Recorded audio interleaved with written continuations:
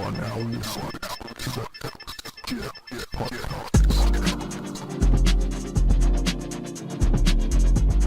What's going on, everybody? Welcome to the XGen Podcast, a show where four friends from across generations discuss all things gaming. I'll be your host today, Evan, and I'm joined by Katie and Liam. Unfortunately, James isn't going to be here to join us today. He's a little wrapped up in work. But anyways, Liam, Katie, how you guys doing?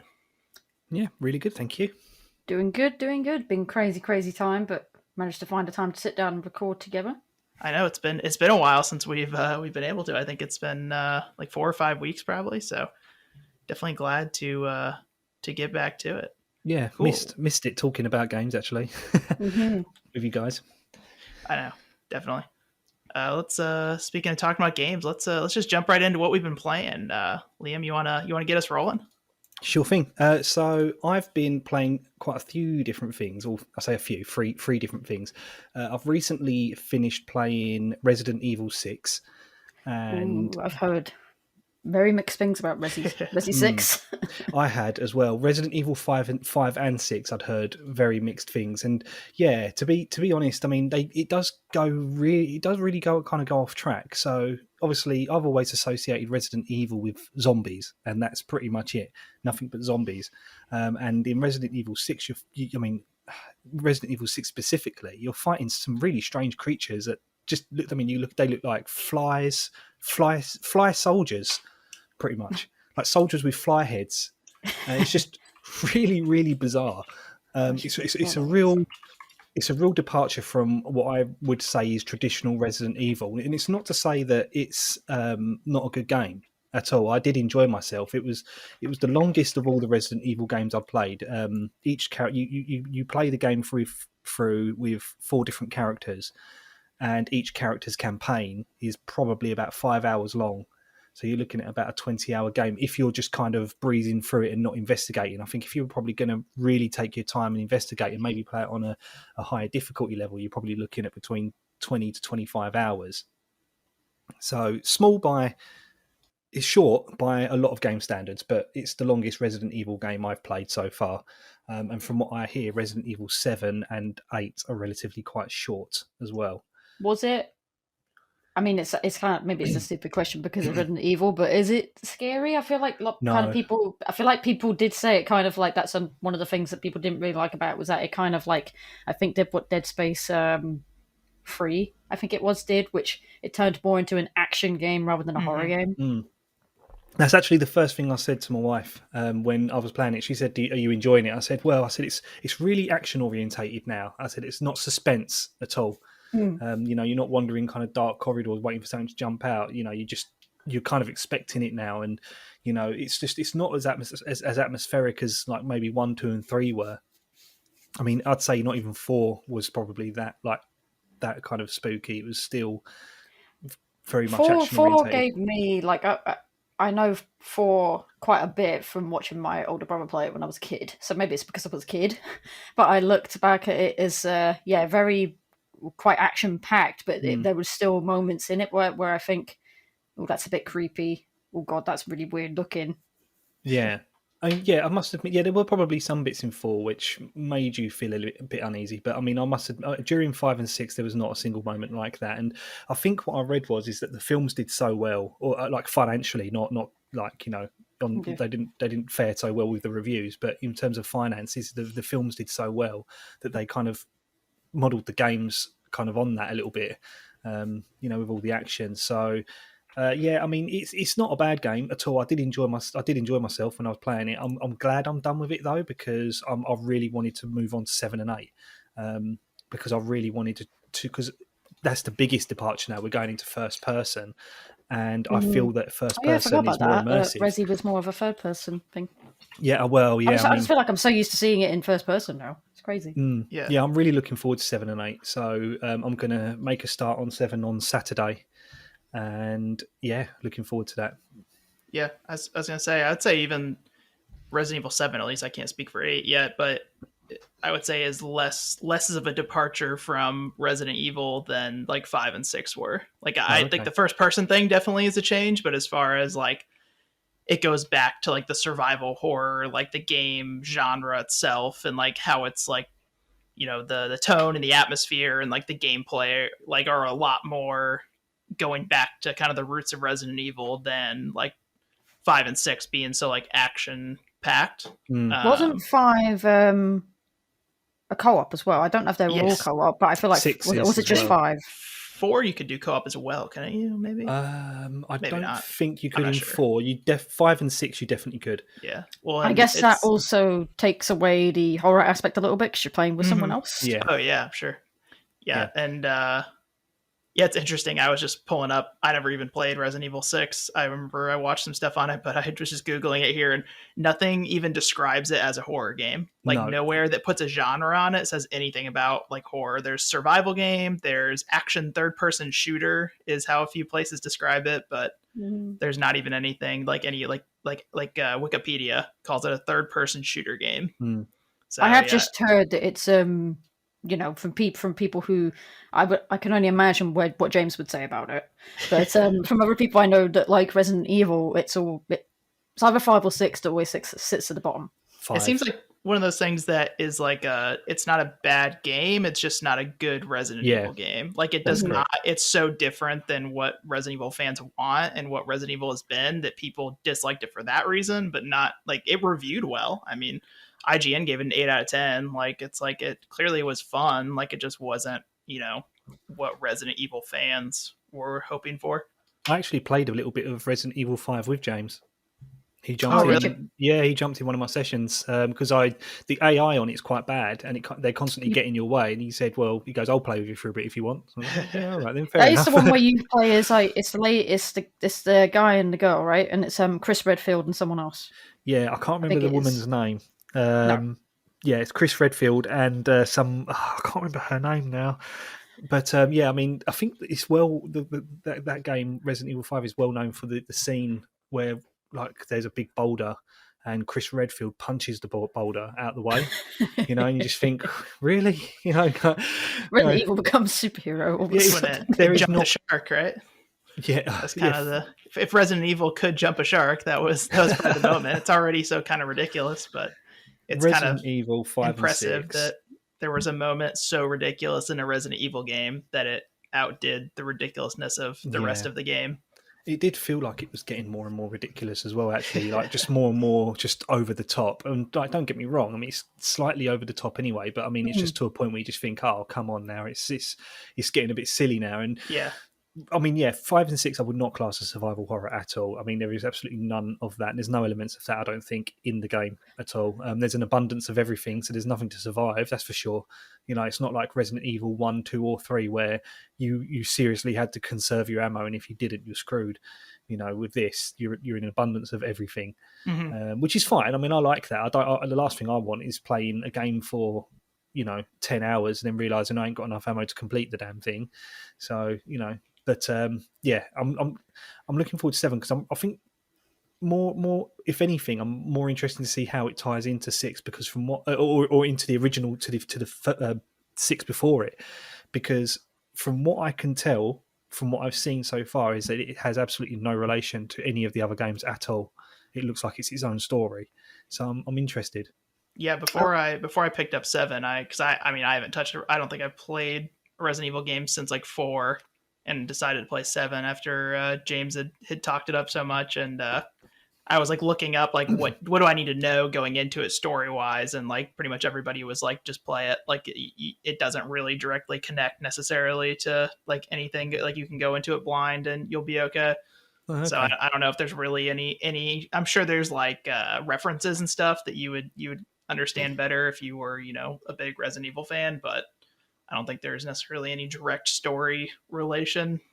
No, good. Interesting. I was just going to bring up before you moved on to your next game, Liam, was Resident Evil seems to be getting a lot of love. I think it was actually well timed because of obviously Resident Evil 8's release, but did you see that it's having at some point next month, what is it, a like themed package or DLC on Dead by Daylight? Oh, I did see that actually, yeah. Yeah. So obviously, I think there's two characters coming into it. People, it's all theories at the moment because obviously they've just said I think there's two like characters, aka survivors coming into it, and then obviously a killer. And obviously everyone's speculating like Nemesis, Mr. X. Yeah, it's got to be. Like that. It has to be. Some people Mr. want X. the tall vampire lady already. It's like, oh, really? And then obviously people want like people like Chris Redfield, Leon Kennedy, Leon, Claire Redfield. you know, I reckon one's got to be. I reckon it's going to be Leon Kennedy and Claire Redfield. And that Mr. was the X. other name. But yeah, lots of people are speculating on the killer. Interesting. Yeah, it'll be interesting. Could be Nemesis. Mm-hmm. It'll either be Nemesis or Mr. X. It's got to be. I feel like if it's because some people are saying if it's like the villain or a bad guy from Resi 4, which is like the creepy old man or whatever, I'm like, that's a bit weird. Yeah. Yeah, I did see that as interesting actually, considering that Resident Evil had their own version of kind of like Dead by Daylight. I can't remember what it was called. It was bundled in with Resident Evil 5. Oh, I don't even. That's interesting. Yeah, and I think James said it was quite bad anyway. That's actually really interesting.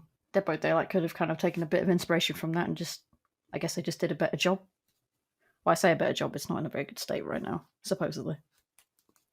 But I think the Resident Evil chapter is definitely going to be a big thing to draw players back in. So, yeah, the next game I've been playing on my list was Fallout 76. Been playing a lot more of that recently since it had its FPS boost on the Xbox Series X. Not that matters. I just wanted to see how it felt playing it at 60 frames per second instead of 30, and yeah, it does make a big difference, to be honest. You know what? I've really, really come to love the game as well. Whereas first I couldn't get into it when I first got it. When there was no NPCs, I just could not get into it at all, and it just felt really confusing.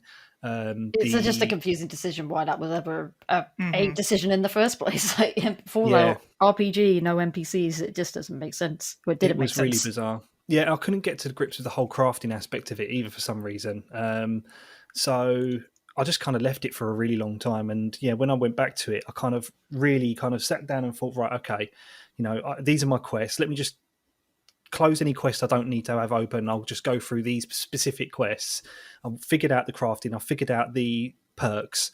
And then I just played it. And then the more I played it, I just thought, do you know what? I just want to level up. And I just kept playing it, kept doing the quests, kept meeting new people, kept doing the Brotherhood of Steel quests as well.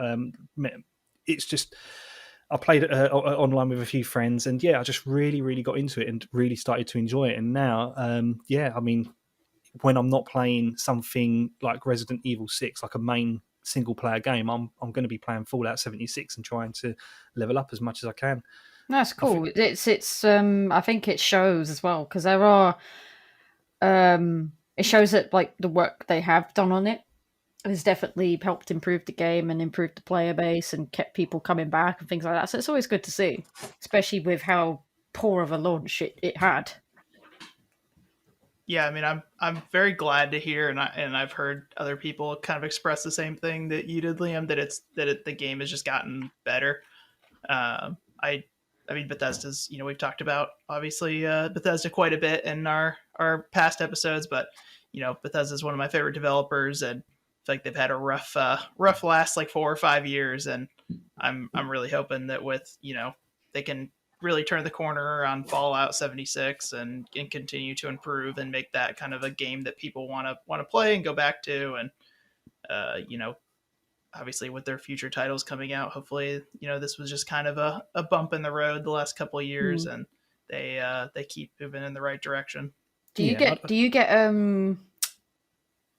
addicted to like doing up your camp, Liam? Because I feel like every time, because I play Fallout 76 periodically from time to time. Like I definitely take long periods away from it, and then I'll go back to it and play it for like maybe a month or so. But I just seem to always be like, okay, I need to do these quests, but I'm like, oh, I want to do a makeover on my camp first. At first I didn't, but then when I gathered enough materials to just go ahead and do it, I think it was when I got myself an ally in one of my quests, I decided to then start doing my camp up. So yeah, I've got a little it's nothing impressive. It's just like a square house. That's like one of with the best floors. things about the game, in my opinion, is like customization for where you live, your camp. Yeah, I can see myself getting addicted to it. I almost bought Atoms actually to get like a better. I've been in that position. It's okay. Yeah, a better kind of like looking like better wood structure to kind of have a more posher looking base. But I haven't done it yet, but I might do still because it is, I must admit, it is a really cool aspect of it. And yeah, I can see myself spending quite a bit of time on the base building. But I think what I'm going to do first is at least get to level 50 so that, you know, should I come in, whilst I'm exploring and getting materials, if I come across anything, I can just blow them away pretty easily without, you know, worrying, because that's my biggest problem.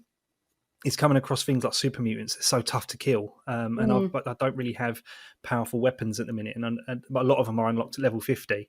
So that's what I'm waiting to do: get to level 50, and then once I've done that, I'll probably collect a lot of materials and build up my base to something a bit more impressive. You're making me want to get back into it. It's so good. I want to go check my camp I'm really enjoying it.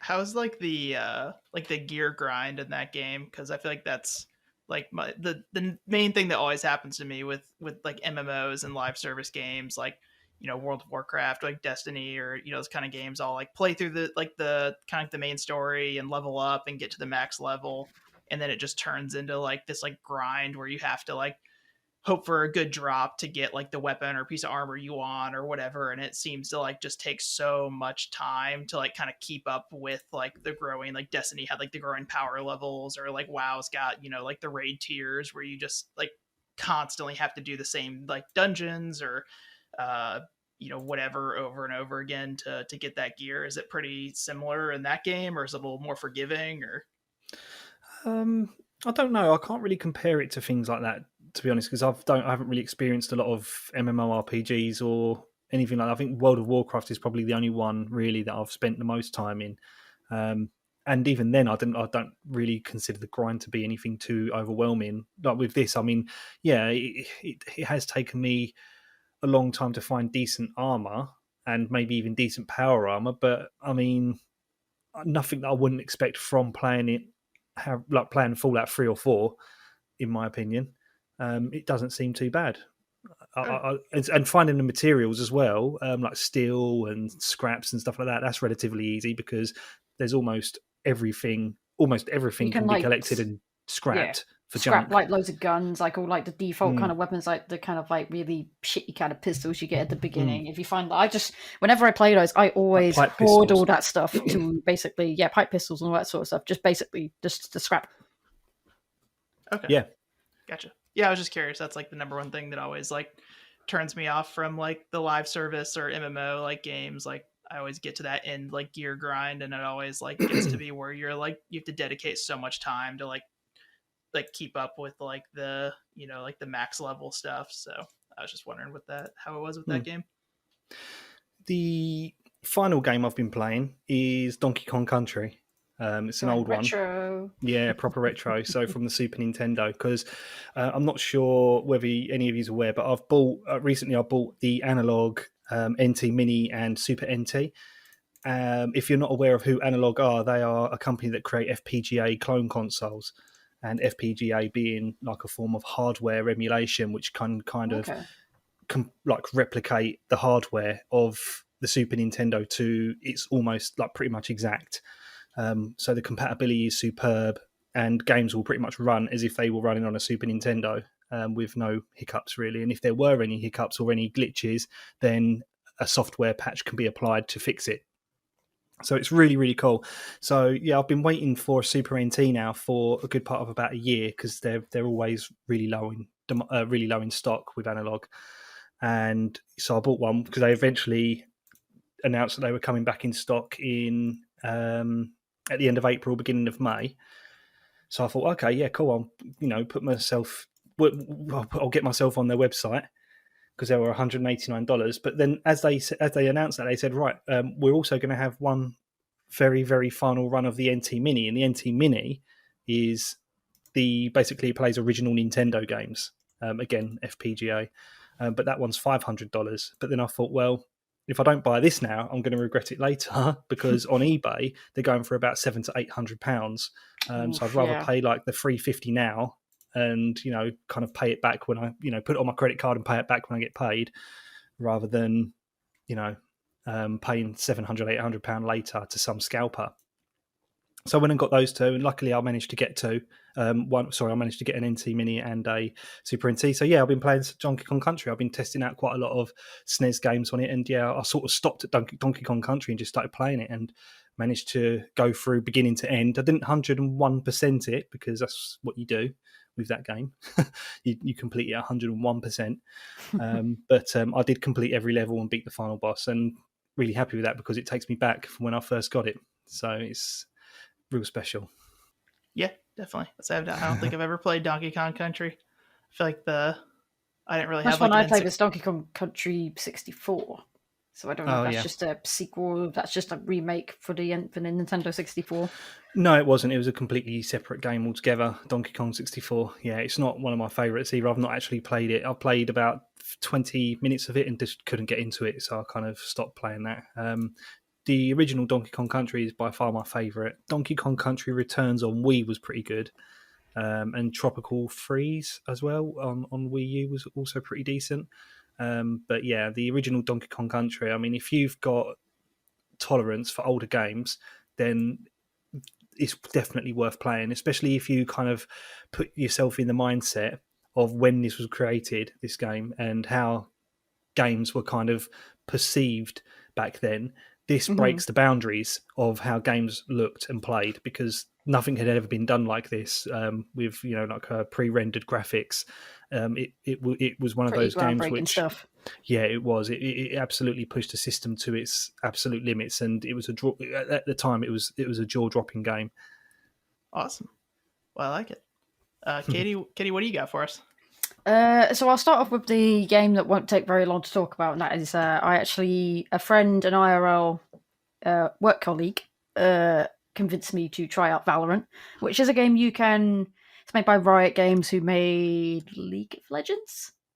Am I right in saying that? Riot Games? I feel like they've made one of it's either Dota or League of Legends, I think they've made. Yeah, they're League of Legends, right? That's it. Isn't Valorant isn't it League of Legends characters? Isn't right? Because they're kind of starting to branch out into a bunch of different genres, but keeping it within the League of Legends universe. Something like that, I think. I don't think I'm going to be talking about it on the show again. I'll just say that because it's a free to play game. So obviously, I didn't really lose out on anything apart from just some time. But no, it's basically if people know what Counter-Strike is, mixed with Overwatch. So when I say Counter-Strike, it's kind of like, a team of 6 against another team of 6. You need to basically one team is basically the person who's got an armor bomb or whatever. So basically they're almost like the terrorists or whatever. And then the other team is someone who's got to go and disarm the bomb while also obviously taking out the rest of the team. And obviously the main objective is for both teams to take out the other team. It's and obviously I'm mixing in Overwatch kind of elements, why I say Overwatch mixed with CSGO. It's because your characters you pick have ultimates and certain abilities that you need you need to charge up and stuff like that.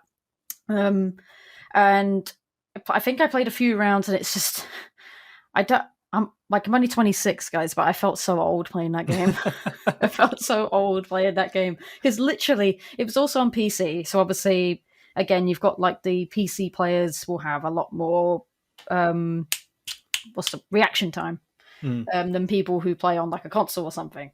And obviously most games like this, because it's almost classed as a first person shooter, I'm starting out trying it with a controller, because that's how I've been with Overwatch for years. I play Overwatch with a controller, and just because it's what I do, I can't play games especially first person games with mouse and keyboard. I just find it too difficult. But with Valorant I did have to branch out and try and play it on controller, because mouse and keyboard, because I just wouldn't. I was absolutely failing at this game on controller, but essentially every time I would peek around a corner to see, I have a teammate telling me, there's someone at A, there's someone right in front of you or whatever. So I peek around a corner, and literally the second I think that player would have seen a bit of skin from my head, bang, I'm dead. And it's just I didn't even have a chance to get the right gun I want to use out. Mm. And it's almost like the thing I had with Fortnite, like when I tried that ages ago when it became a thing, which was I see these, like, I say kids, they might have not been kids, but just these other players, they would come across me and I'll be looking down at what I've got and I'll be like, right, I'm going to pick this gun or use this gun. Which one am I going to pick? And by the time I've decided, they've built a wall and everything. And I'm just like, how? How? I'm like, right, I'm standing there ready to shoot you. And I'm like, okay, there's a wall there now.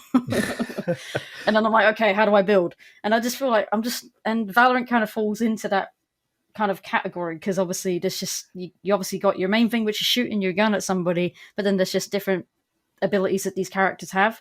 And it's so fast paced that I think it's just not for me. I mean, I play, and saying that, people like I think my colleague was like, but you play Overwatch, which is, for people who don't play Overwatch and don't really know what it is, it comes across as very fast paced, very intense. Like, most of the time, I think when I've streamed it a couple of times, I've had some people come in who are just friends of mine and watching me play the game, but they're like, I have no idea what's going on, but good luck.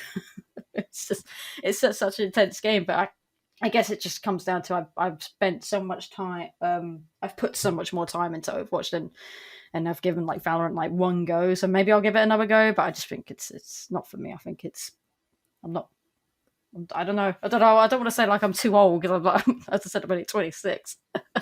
but it's definitely too much for my slow gamer brain, I guess. Yeah, it seems like one of those games where it didn't stay extremely popular. So I mean, someone said it was always free to play, but I swear you had to pay for it originally.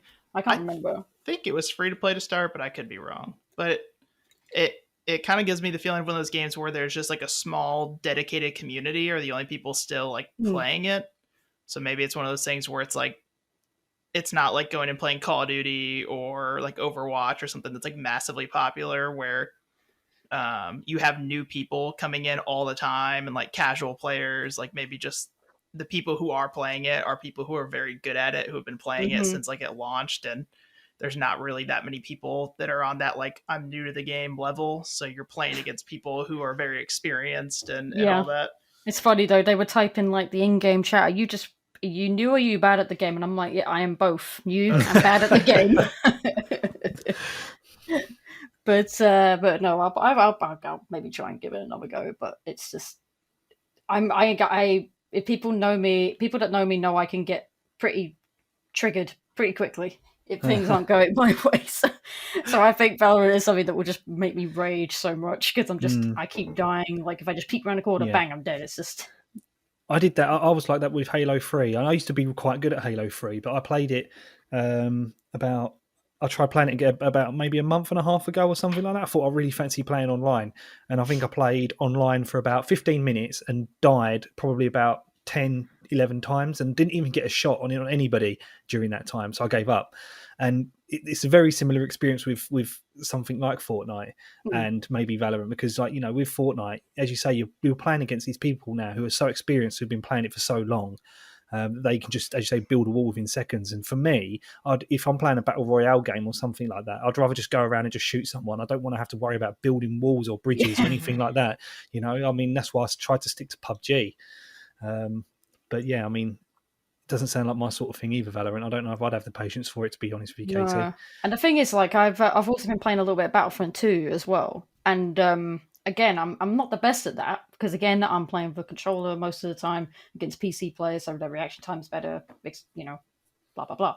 But I don't care with that, because obviously people that know me, I love Star Wars, so even if I'm bad at that game, I'm still having a hell of a time shooting up either like Rebel Scum or Empire or all that sort of stuff, because I'm just having fun because it's Star Wars. So at least with that, at least if I'm just getting salty at Valorant, I'll be like, right, I can go be shit at Star Wars Battlefront and I won't care. But I used to love Battlefront. I used to play it a lot. I can't remember playing much of the OG, the original one, but people say that. No, I meant the newer ones. So I don't mean the OG. Yeah, I meant the newer ones. I really enjoyed the newer ones. Battlefront 2 is so good. I mean, it had like Fallout 76. It had a bit of a rough launch because of EA's shenanigans with the loot box situation and stuff. But then since that's all, gone away, it's become so much better. But yeah, the next game I've been playing, or have finished rather, is Days Gone. And obviously, last time we recorded, I think I was talking about this, and then between then and now, I have since completed it, and it's a really, really fun game. That is the word I've been describing it to people, and people have been like, "What were your thoughts on the game?" And I just said it's a really, really fun game. I said the story's not like top tier masterclass. It's not a Last of Us. It's not a God of War. There are some kind of like little janky things with the mechanics, and some beats in the story don't quite hit you as hard as what I think they're meant to hit you. And I will just say also, the main character, Deacon, played by Sam Witwer, can talk for days. He's probably someone who just it's a worryingly amount of talking to themselves. Like people say, like I think characters who just talk out loud to themselves all the time, it's like you have Solid Snake, you have Geralt from Witcher, and then I've added Deacon to that category. He just would not stop talking. Like I'm trying to talk to people or whatever, and all I can hear is him talking to himself. But yeah, overall, it's just a really, really fun game because obviously you've got you've obviously got your story missions and things like that. But then you've got these big ass hordes that you can go and destroy. And some of them, as I said, went up to like 500 zombies, 300 zombies. And as I've said before, they're not like the Walking Dead slow lumbering zombies. They are quick. They're like World War Z zombies. They will run at you in big packs and groups. And as I got further through the game, obviously I had like more money to buy better weapons and things like that. And like I got this assault rifle called a Chicago Chopper, which basically is just like it feels like you're firing a machine gun, but it's an assault rifle, but it feels like you're firing a machine gun. So when you've got a bunch of zombies coming at you, you're like, okay, I've used everything. I've used my Molotovs. I've used my pipe bombs and things like that. Just turn and start blasting them, and it is so much fun. It is so much fun. And I said when you defeat a horde in that game, I likened it to the feeling that people get when they defeat a boss in Dark Souls, because it's just such an epic feeling. It fills with such hype and adrenaline because you're like, holy shit, I've just defeated like 300 zombies. And obviously it's not easy. Like I think one of the last missions in the game is to defeat a giant horde of 500 zombies. And sometimes you've got to adopt a kind of strategy of like, pulling them out bit by bit, group by group. So you obviously don't have the whole horde come at you, because otherwise you are going to die very, very quickly. And it's just so much fun. It is so much fun. And yeah, when you defeat hordes like of that size, it's generally a feeling like no other. It is doing that in this game it's just created awesome vibes and feelings in me that I haven't felt in a long time with in games. So yeah, I would definitely say Days Gone is a really good game. I won't probably play it again. I will say it's probably a one-time playthrough type of game for me. Same with Horizon Zero Dawn, which I felt was okay.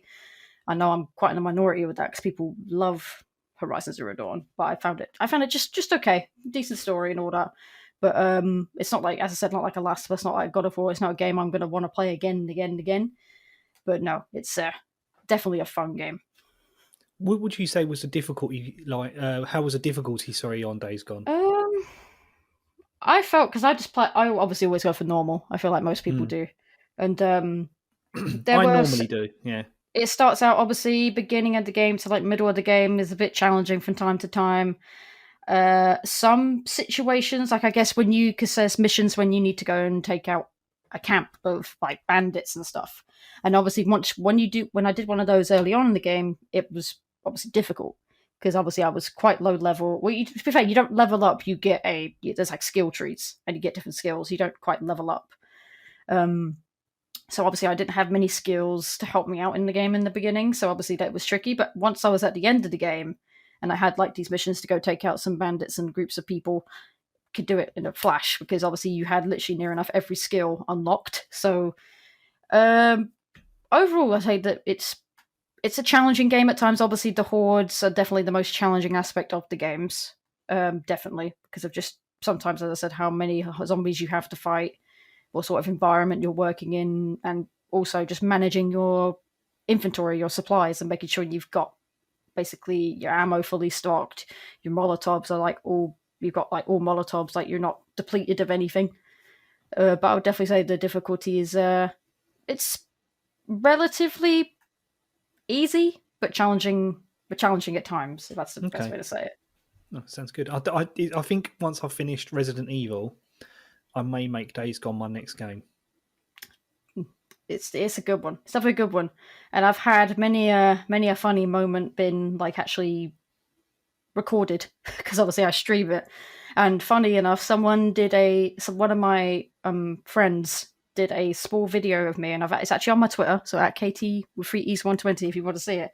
And I was kind of like cheeky and was like, I tagged Sam Witwer, who plays the main character in it, thinking, oh, he's not going to see it. And he did see it. It was basically just to be a video of me crashing my bike, because obviously you drive around to location to location on a bike. And I'm just notorious for being a bad driver in video games, and I crashed. I feel like I needed like a crash counter. That's how many times I crashed in that whole game. And basically I just added a funny video of me crashing to Sam Witwer, and he replied with like, "That's amazing." Awesome. And it felt so good because obviously Sam Witwer is also a big Star Wars person. So, but yeah. Oh, nice. But that was awesome. But yeah, So- thoroughly enjoyed it.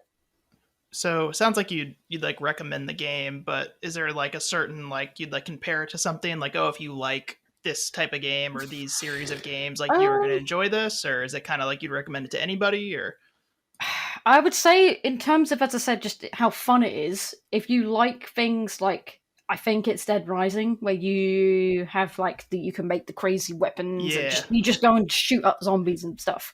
Like in terms of like gameplay and stuff, then I definitely recommend people who like games like Dead Rising to play Days Gone.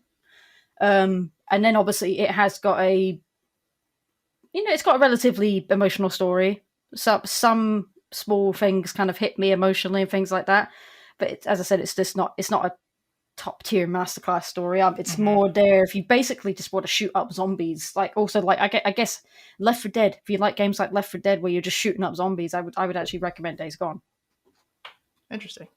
Well, I have been playing a couple of things, so I'll talk about Fall Guys first. So I jumped back into Fall Guys, just honestly on a whim. I haven't booted up my PlayStation in a while, and I turned it on with the intention of playing. I don't remember Monster Hunter World. I was gonna kind of jump back in just because that's all the stuff about Monster Hunter Rise was coming out, and it kind of made me want to get back into Monster Hunter World. But I ended up playing Fall Guys. I don't know, two totally separate games, different games. So I don't know how different genres. I almost kind of forgot about it, and when I saw it, like was on my like my PlayStation dashboard or whatever, the homepage. We got through a few games, and you ended up probably playing it for like an hour or so. Yeah, no, exactly. That's exactly what happened. So and my girlfriend really likes it, so she always likes to watch me play it and try playing it too. So it's always fun. So yeah, but I booted that up. They've got their new their season 4 came out. It had just come out when I started playing it. Is that like this sci-fi futuristic one? Yeah, it's like this like synth like I don't know what the right word is, like I'd it's say almost like synth that, is all right.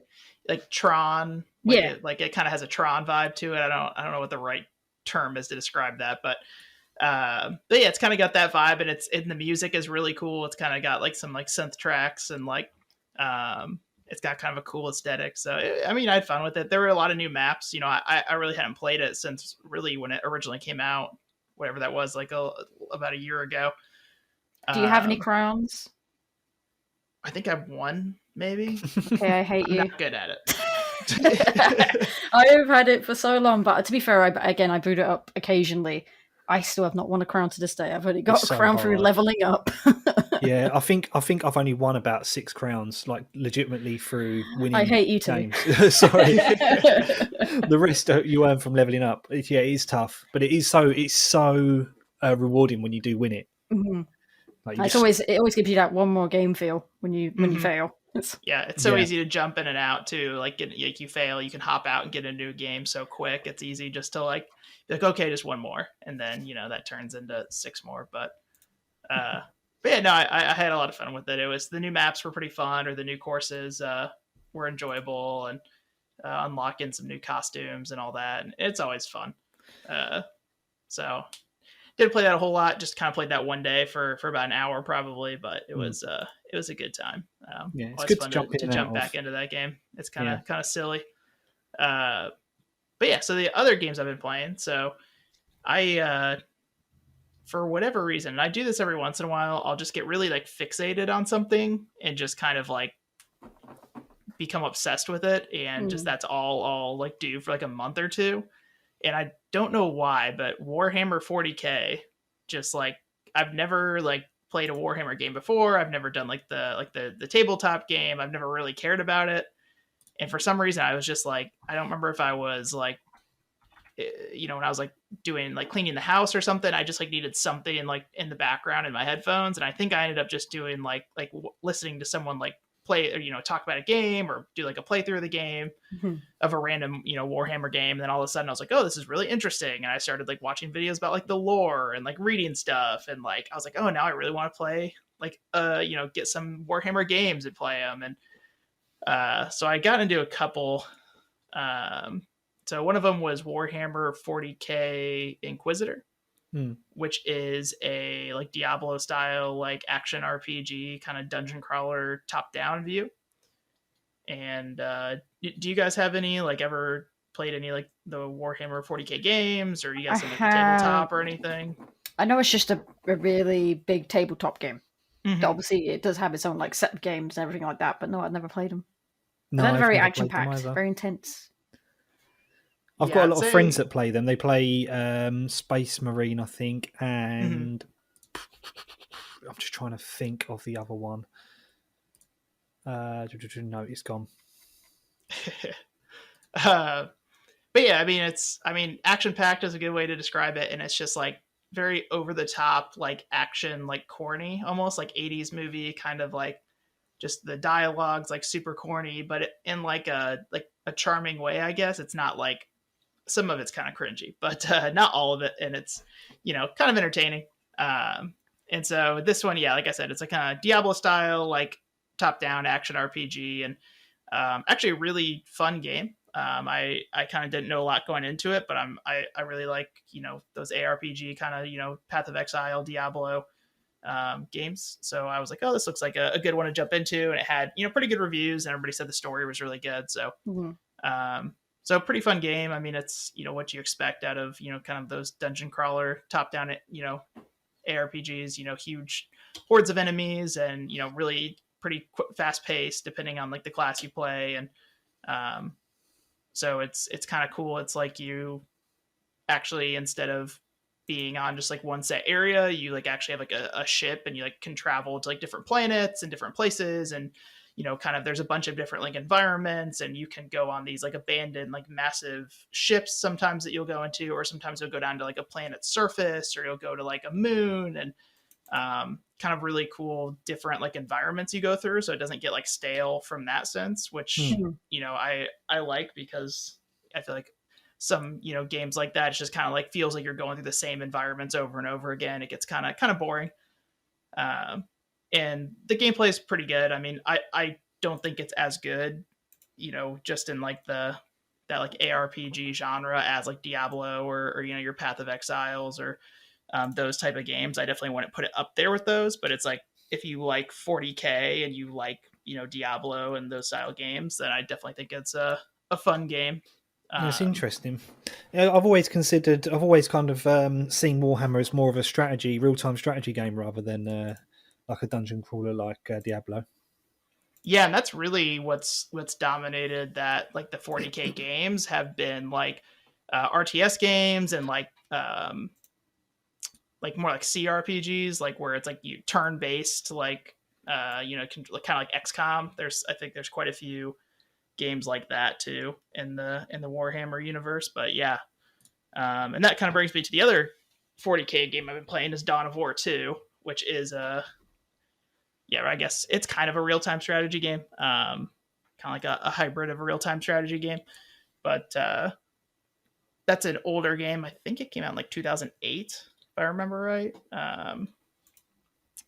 But a little bit different. It's like top down, but you're controlling like a squad of people, but it's not like turn based. So it's essentially a turn-based strategy, or not turn-based, real-time strategy game, but like you don't have all the base building aspects of it. So you don't have to like build like and collect resources and create troops and stuff like that. You kind of land with all of your troops in the battle, and then you just get to control them, and you like can collect like outposts and stuff that can like reinforce you or give you buffs and stuff like that. But it kind of takes away the base building aspect of a real-time strategy game. But again, kind of similar to the other game I was talking about before, Inquisitor. It's dialogue's kind of corny. It's like over the top action, but it's just kind of like mindless fun. Like it's just a lot of action, a lot of explosions, and kind of some really like good kind of goofy characters that you kind of grow to like over the course of the game. So I don't know if I'll stick with this 40K kick or not. I think I'm kind of on the tail end of being like, okay, I experienced it. I read a lot about it. I played some games, like about ready to move on, but I had fun with those couple games, and there were a few other games I was interested in maybe getting into, but I don't know if I want to spend the money or not. I've always loved real-time strategy games, but I'm just never any good at them. Mm-hmm. I just ain't got the head. I can't really, because it's kind of like a game of chess in a way. Like you do have to think ahead. You think, right, I'm going to put these guys here. I'm going to attack these guys from this direction. I'm going to put these guys here.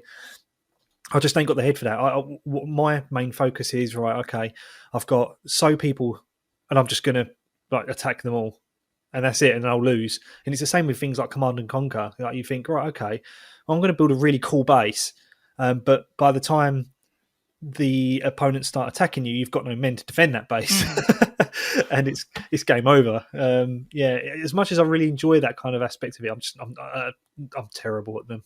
Really am.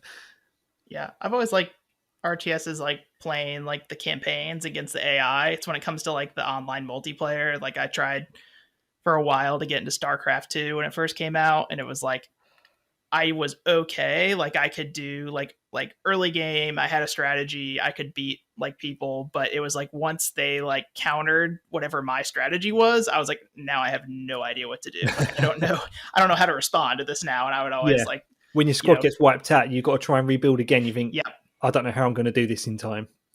Yeah, the meta is just like, it's just too much for most of those games for me to like really like get into and become really good at. It takes a lot of time and effort, that's for sure.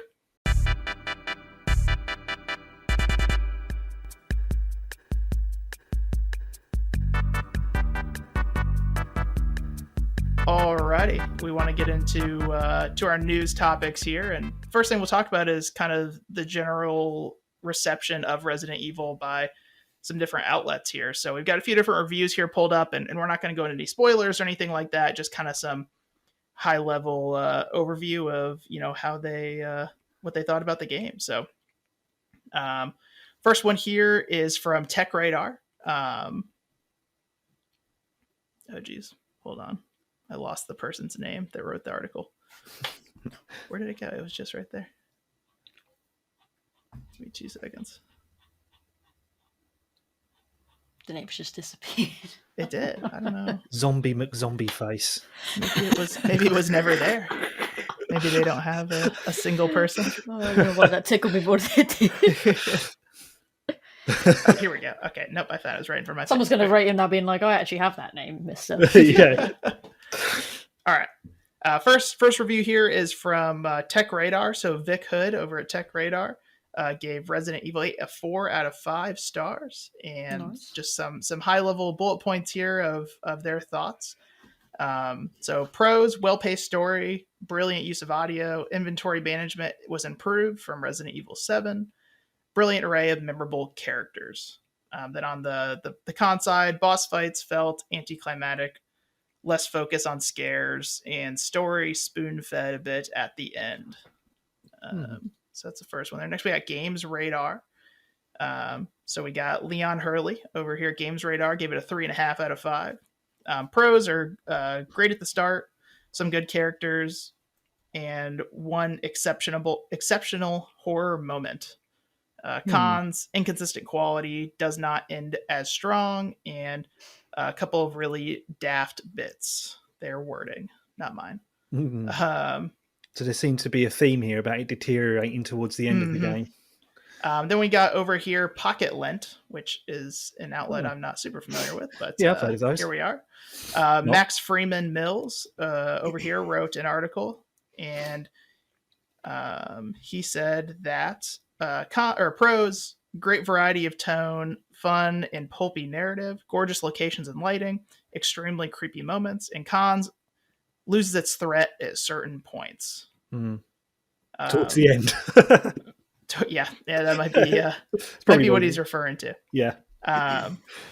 So I mean, I know obviously James is kind of our resident expert on Resident Evil, but you know, what are your guys' thoughts? Is this something you guys think you're going to play? Or I know it sounds like Liam, you're about to get into 7, right? So yeah, I'm absolutely going to play it regardless, even if it got a bad review. I've already got it, so it's just a case of finishing 7 so I can stick the disc in and install that bad boy. I'm really looking forward to it, and it's quite pleasing to know that it seems to have a lot of kind of the scary atmospheric tones again, rather than as we discussed earlier, which Resident Evil 5 and 6 lost. Again, I haven't played 7, so I can't comment. But yeah, I'm looking forward to really giving this one a go, because from what I see of some videos, really short clips of gameplay videos, it does look quite creepy and provides uncomfortable moments. I was going to say, I've seen some videos of whoever main character trying to, because the thing is with Resident Evil is what I've noticed is obviously you have your main nemesis, I guess, quote, pun intended, which is obviously you got your big baddie that obviously chases you through the rooms, you've got to avoid him kind of thing. And I've seen some videos of people, seeing in the distance the tall, I can't actually remember her name, I feel like she's just been dubbed Tall Vampire Lady. Lady everybody knows who you're talking about. Lady Dimitri, something like that. Something like that. But basically it's just her trying to follow you, and she just looks so menacing.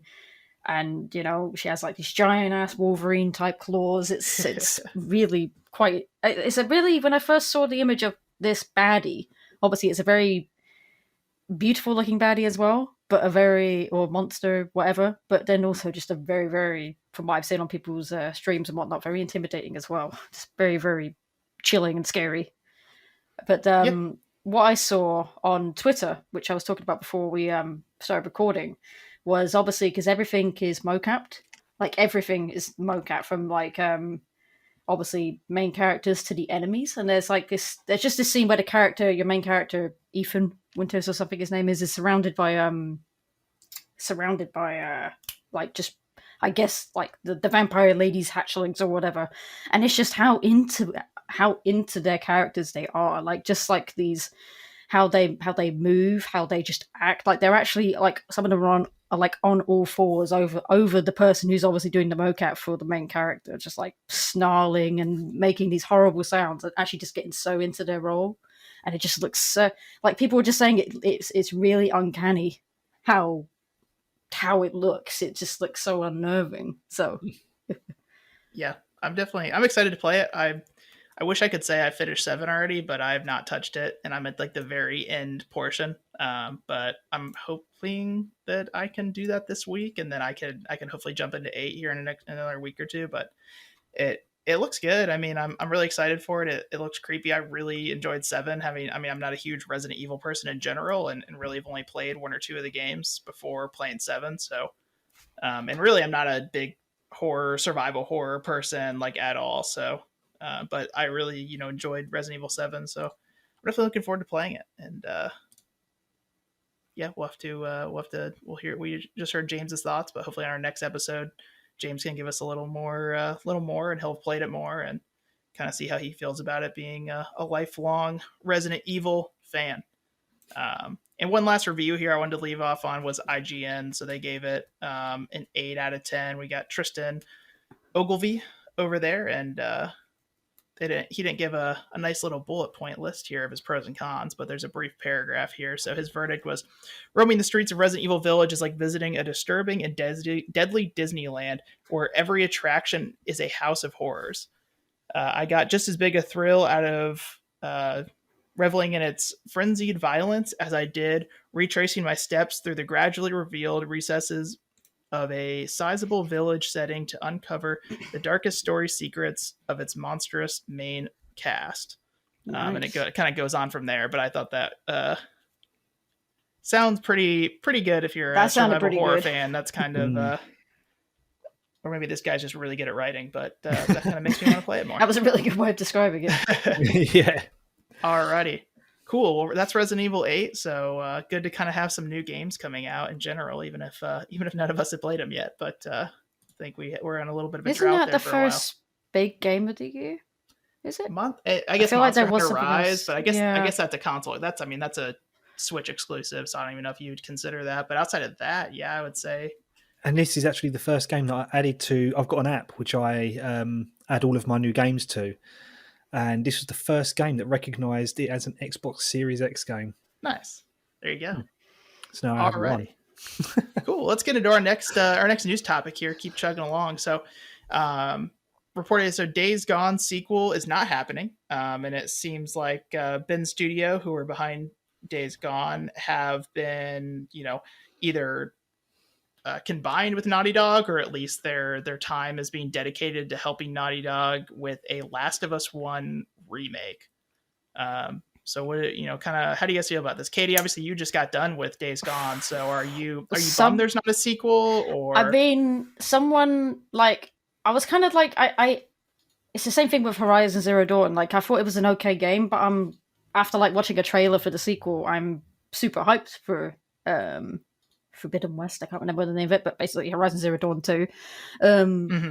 And with Days Gone, because I did enjoy it, I mean, I would play a sequel. I wouldn't like rush to play it, but I would like to play it. But then someone showed that there is basically, I forgot to mention, if you at the end of the game, you basically have if you haven't like defeated all the hordes and on the map, you will have basically the list of them given to you and where their locations can possibly be found, where their locations are. And I thought that was just the game being like, okay, we've noticed you haven't defeated all the hordes yet. Here they all are in case you want to do that and get like work towards a platinum or whatever. But one of my friends actually told me that leads to a secret ending if you defeat them all. I'm not going to say what happened in the secret ending but it left me with my jaw on the floor seeing the secret ending, and I'm kind of like, I'm so now bummed that there is no sequel coming for this game, or supposedly not yet, because I'd say not yet. Because that's the thing. I've kind of felt like this game's got a cult following. This game has definitely got a cult following because it, like, obviously when it originally came out in 2019, I think it was definitely, it seemed to go under the radar. Like, not a lot of people really seemed interested in it. Apparently it was quite buggy on release as well, which didn't help its case. And I always said as I was playing it, it's no Last of Us, it's no God of War. And I feel like maybe that's why Sony made this decision to be like, okay, you didn't quite reach the barriers or the tiers of like these top critically acclaimed games. So maybe this is why I'm like, hey, okay, we're not going to let you make a sequel just yet because you didn't quite succeed, in quotes, in their eyes, which I still think is a little bit BS because, I don't know, it just seems kind of iffy. And then obviously, when you see how many people, if in this article that have gone and signed the petition for a sequel to be made, it's apparently gone over. It was over 8 million or 8,008 million, and so it's clear that a lot of people do want a sequel. And definitely, it was obviously free on PlayStation Plus, which definitely helped it out a lot. And then now it's coming to PC, which I hope will also really help it out a lot. And hopefully that will kind of just be kind of like a sign to Sony to be like, okay, a lot of people do like this game. Let's maybe give them the benefit of the doubt and let them try a sequel.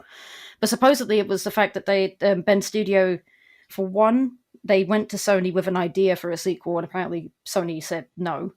They basically just said that's not going to work. We don't like that. But then I also read into it a few days later, and obviously we'll get into the Last of Us 1 stuff in a minute, but I read a few days later that there was supposedly a lot of infighting behind the scenes at Ben Studio. The creative director of the game, I think it was, actually came out and said he he was quoted saying basically he's pissed off, or he gets pissed off when people don't pay full price for games. And it's like he hates people basically getting games at a half price, essentially, as I feel like what he was saying. And everyone's like, you for real? Like people are still playing your game and they're still giving you like good praise and stuff about it, but yet you get pissed off at people. I think it was around the time when it was free for PlayStation Plus, and I don't know if he was just pissed off at that fact, but I'm like, more people are playing your game. Is that not a good thing? Yeah. But yeah, I could see like being frustrated if like you spent all this time making this game and you're really proud of it, and it didn't get like the sales to get a sequel greenlit, but then when it's free, like all these people are installing it and downloading it and talking about it, and him being like, well, like kind of too little too late, like I kind of wish you would have bought the game, and like then Sony would have let us make a sequel instead because you all waited till it was free, which I'm not justifying what he said. I mean, I definitely don't agree with that, but I guess I kind of think maybe that's where the frustration could have come from. Yeah, that makes perfect sense what you're saying there. Again, not justifying that what he said was right, but it does make sense what you're saying. Mm-hmm. But then obviously you go on to the fact of supposedly, again, I feel like in recent weeks there has been some rumors that this isn't happening now. Bend Studio is working on something else. They're not working on the Last of Us 1 remake, but supposedly this is the main rumor, that Bend Studio, the sequel, basically Sony said, we're not letting you make the sequel, but we're going to basically put you over with Naughty Dog and you can help them make the Last of Us 1 remake, which I'm just going to say now, I love The Last of Us so much. So much. It's one of my favorite games, or I guess franchises now, of all time. I'm set, and I am going to say this, but I'm probably still going to get it because I'm one of these suckers for this thing. So this sort of thing. It doesn't need a remake. It doesn't need a remake. No. And I know I'm sound really hypocritical because I probably still am going to buy it. but it's just, it had a remaster a year after it was released. And I don't think that was even needed, but I mean, I guess it helped out in sales. But the remaster looked good. Like, don't get me wrong, it doesn't look like The Last of Us 2, but it's like, I would go back. I mean, I just replayed The Last of Us 1 a year ago when before Last of Us 2 came out. I played through it like a couple months before, and like it still looks good. The game looks great. I mean, it looks. I mean, it you can tell it was like a previous generation, like an older game. Definitely. I mean, it looks like Uncharted 1. Like it's kind of similar, maybe a little bit better than Uncharted 1, but kind of that similar. Then it's you still get you get like the facial features and motion capture. It still looks great. It's the I mean, it is not like. I mean, I could see eventually doing a remake, but not, I mean, with how little, I mean, it's not like from 2000 to 2010, like those graphical jumps were like so dramatic, but like from 2000, what was it, 12 that game came out, 2011? 2013. 2013, yeah. So not even 10 years. Like the graphical jumps from 2013 to now are just not like extraordinary, so extreme that like it's like something that's going to dramatically change like the game, how you enjoy it. Like I'm not going to enjoy that game more just because it looks a little bit better. Like it's just, I don't know. That's just the thing that kind of sucks about it, is supposedly they've put off a sequel for Days Gone, which would be, yes, a sequel, but it would be still a new game for a game that doesn't really need to be remade again. But yeah, it's making money. It's the safe bet. That's right? why I think we'll remake Last of Us 1, and it's going to be cheaper. We don't have to have a writing team. We don't have to have all these things. Like it's going to be way cheaper, and we know it's going to sell. We know people are going to buy it. Like, and that's why I say I obviously a lot of people don't like the idea, because obviously a new game has been potentially put on the shelf for a game that's been released, remastered, and now being remade. So 3 times it will supposedly come out. But I think it's a business, from a business standpoint. I personally think it's a smart idea. It's because I also think, and I had a theory that there's been no PlayStation 5 upgrade for Last of Us 2 yet, as far as I'm aware. So what I feel like they're going to also do is obviously release this Last of Us 1 remake on PlayStation 5 with the Last of Us 2 PlayStation 5 like upgraded edition as almost like as a bundle collector's edition, because they both won Game of the Year in their respective years, and put that together as like a collector's edition kind of thing. Last of Us 1 and 2. And I think that will sell. And so that's why I feel like it is a smart business decision, even though I don't like it. Yeah. I mean, I don't know. And I think this kind of and maybe I'm wrong here, but I feel like after Last of Us 2 came out, like Neil Druckmann and kind of the creative leads and everything on it were like, there's no plans for any more Last of Us. Like, we are done telling our like the story, and like I feel like this kind of like speaks in the other direction. And honestly, there was no way that they're not going to make something else like Last of Us. No. Maybe it's not going to be Ellie or Abby or anything like that, but it's just too well known of an IP and too lucrative for them to say like, nope, we're just not going to touch it ever again. Like, that's just not how businesses work. But I feel like if they truly were done with it, like, they wouldn't be putting all this time and effort into trying to keep it relevant. Yeah, right. Because it's, you have a whole new group of people playing it on PlayStation 5 in like a year or two when they come out with like this remaster remake of 1 and 2. There's also a TV show coming for HBO. TV show coming, then a year later they're going to announce, oh, we're working on The Last of Us 3, or we're working on The Last of Us,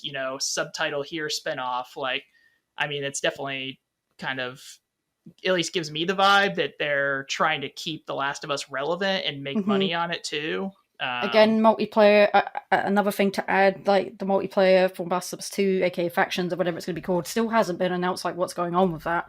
Because obviously originally it was going to be its own thing. I obviously said in our predictions episode that I think they might cancel it, but now that this has happened, I think that maybe that could be included in this collector's edition or whatever. Yeah, maybe. I could definitely see him canceling it. I mean, that's what... it's just not been spoken about. Did, right? They... Obviously, they took it out of the main game so they could focus on the story, which is, fair enough. But then it's just they haven't said anything about it since. Liam, any last thoughts on this? Yeah, I mean, I was going to say pretty much what's already been covered. I mean, I agree with Katie. Like, personally, I don't think Last of Us needs a remake, and it just hasn't been long enough. When you think of a remake, you think of something that's been. I mean, Last of Us, the original Last of Us was, incredibly well received, but they haven't let like anticipation build or the waters die down. When you look at certain remakes, like the biggest remake I can think of is probably Final Fantasy VII. It's been a long time. I feel like that's earned its remake. Absolutely, and there was so much anticipation from that as well. I mean, even during the PlayStation 2 and 3 era, people were begging for a Final Fantasy VII remake, and it never came. And I think that no one is asking. I mean, if people are asking for it, absolutely deliver it, maybe. But no, I don't think anybody was asking for a Last of Us remake at all. Whereas with Final Fantasy VII, they were asking for one immediately. PlayStation 2, Final Fantasy VII remake, PlayStation 3, they showed off like updated visuals to Final Fantasy VII for a cutscene. Everyone went nuts over it. PlayStation 4, eventually it came. I was going to say nothing happened, but eventually it came, and everyone went absolutely nuts for it. And there's just The Last of Us is still way too relevant for it to have a remake. In my opinion, it's the same with GTA 5 as well, by the way, because apparently that's supposedly a remake for PlayStation 5. It's unbelievable! I cannot believe they're getting another remake, or is it just getting? I don't know if it's just upgraded or a remake, but I feel like I think it's just an upgrade. Frames, like it's just gonna catch up to like the PC version kind of thing. Who needs it? We don't need it. I mean, why do we need another version of Grand Theft Auto 5? That's a whole nother topic.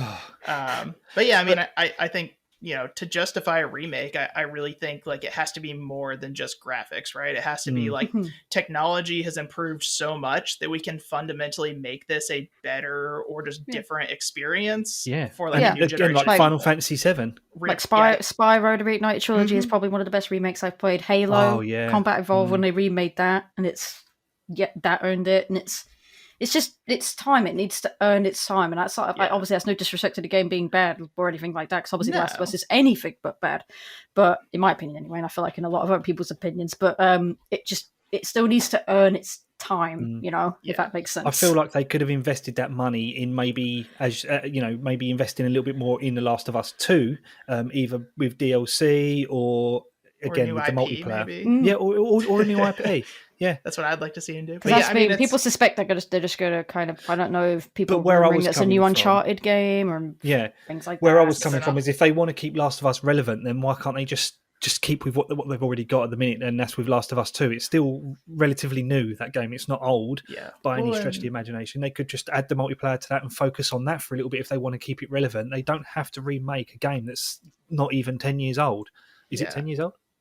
How old No, are you? 8 years, Yeah, 2013. 8 years old. Well, Yeah. and it's I mean, kind of like back to what I was saying, like Final Fantasy VII, Resident Evil 2, like going from the original to the remake. It's like, I mean, the technology, like I said, has changed so much that like the game is like so radically different, and like you're able to do so much more with like the game and the combat or whatever, you know. But it's like from Last of Us 1 to Last of Us 2, like the gameplay didn't even change. Like the games play exactly the same.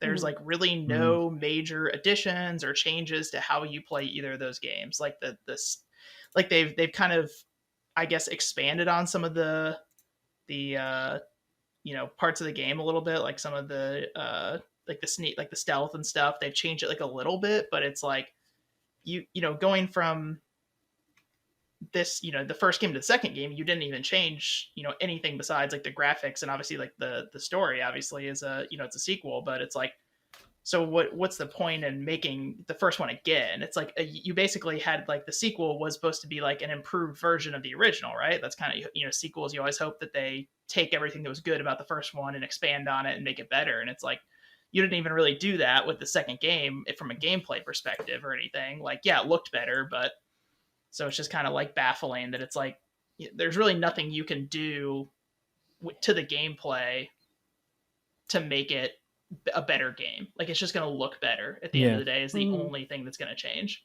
And that's just kind of frustrating. It's like it's not going to be a new experience, like going from Resident Evil 2 original to remake or Final Fantasy 7 original to remake, like where it's like this radically different way of experiencing the same story. It's like it's going to be the same thing. It's just going to look a little nicer. There's going to be ray tracing and 60 frames per second, all that. But I don't know.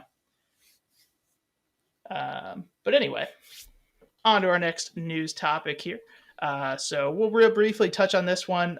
So Blizzard announced they announced the release date for WoW Classic, the Burning Crusade expansion. So anybody's not super familiar with like WoW or what's going on in kind of the World of Warcraft world, you know, they a year or two ago they released World of Warcraft Classic, which essentially is how the game was when it originally launched in 2004. So a lot of people were kind of wanting that. And there had been private servers for a long time that basically did that same thing, but you know, this is kind of an official thing. And everybody really enjoyed it, yada yada yada. And then so they're basically essentially going to re-release every expansion and basically go back through the entire, I don't know at what point they'll stop, but they're on June 1st they're, you know, releasing the first expansion that originally came out for World of Warcraft Classic, which is the Burning Crusade, which everybody was excited about because I think people who are big WoW fans and played it back in the day and kind of played through it originally, that was kind of like one of the highlights of, you know, all of World of Warcraft was that expansion and everything. But people weren't so happy when they announced that there was going to be a battle pass and like tier levels that go along with it. So when they originally released World of Warcraft Classic, all you had to do was have a subscription to World of Warcraft, so the $15 a month, and you could play it. So you didn't have to buy anything there. You don't have to, you know, pay any money other than that monthly, you know, just subscription to WoW. So now they've introduced two like tiers you can buy into. And I think from what I understand, you have to buy in to play the new expansion. So the first one's $40 and the second tier is $70. And essentially it's gonna, damn, yeah. Talking about remakes, right? It's kind of the same idea, or it is the same idea. But yeah, I mean, it's pretty crazy that, you know, they've decided to do this with, I mean, a game that isn't even a remaster or remake. Like they literally just like rolled back the patches on the game to, you know, what they were, you know, 10 years ago or whatever. More than that now, I guess, that the Burning Crusade came out 2007 or whatever.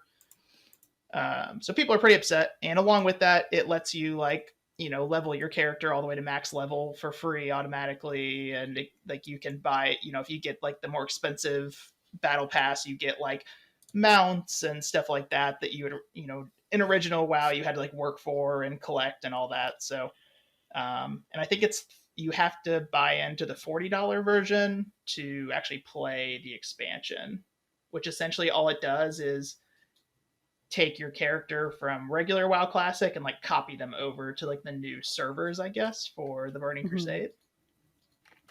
So I don't know how into or familiar you guys are with World of Warcraft or anything, but kind of what are you guys' thoughts on all that? Not really much to add because I don't play World of Warcraft all that often. But I do know obviously a lot about battle passes, and battle passes seem to definitely divide people in their opinions on them. Yeah, Blizzard don't seem to be hitting many home runs recently with their announcements. But I mean, I play World of Warcraft. I've played it quite a lot, but I've never played WoW Classic. So I'm not really been affected by this. So it's really kind of hard to generate an opinion. But I agree with Katie. Yeah, battle passes and things like this are never a good idea because it's like Fallout First, which was just a really bad idea. Charging $100 a year for something for private servers and certain aspects of the game which should be included for free anyway. It's never a good idea, and it is just it's a money grabbing exercise, isn't it? Yeah, I mean, where I kind of come down on it, and I've played WoW kind of on and off since like the very end of Burning Crusade, kind of start of Wrath of the Lich Kings, like 2010-ish, I guess, 2009. I've got my years messed up, but and I think the worst part of it, I think to people who really enjoyed like World of Warcraft Classic and people who were really looking forward to that, is it kind of essentially they've taken what people were excited about it for and kind of are ruining it by trying to make money off of it with the you can pay more money to get like the mounts and to get things that what people I think enjoyed about World of Warcraft back in the day versus kind of like the retail version now, and why people wanted this for so long was because of the game was so much different back then. It was so much more like challenging and like time consuming, and you really had to like put a lot of time and effort in if you wanted to get like the high end raid gear, or if you wanted to get like these cool mounts, and if you wanted to do like X, Y, and Z, and they've kind of taken that aspect of it that people really enjoyed about it and what they were looking forward to and said, yeah, you can still do that, or you can just pay $70 and you can kind of get a bunch of this stuff without having to put any like time or effort into it, which I think is kind of ruining the experience for people that kind of enjoyed WoW and what it was through its first couple of expansions. You're taking that achievement away from people, really, aren't you? Because there are probably going to be some people that just want it there and then. They're not willing to put the time in because they were going to realise just how much time may need to be put into the game to acquire such gear like that, or mounts, as you suggested. So there are, as I say, it's a money grabbing exercise, isn't it? That's what it is. It's Activision Blizzard. It's them all over, and it's the sort of stuff that just kills games. It just kills sometimes I think that it kills the industry. It really does, because there was, back in before this was a thing, Battle Pass and buy your way to all the down to the unlockables. You had to really earn it.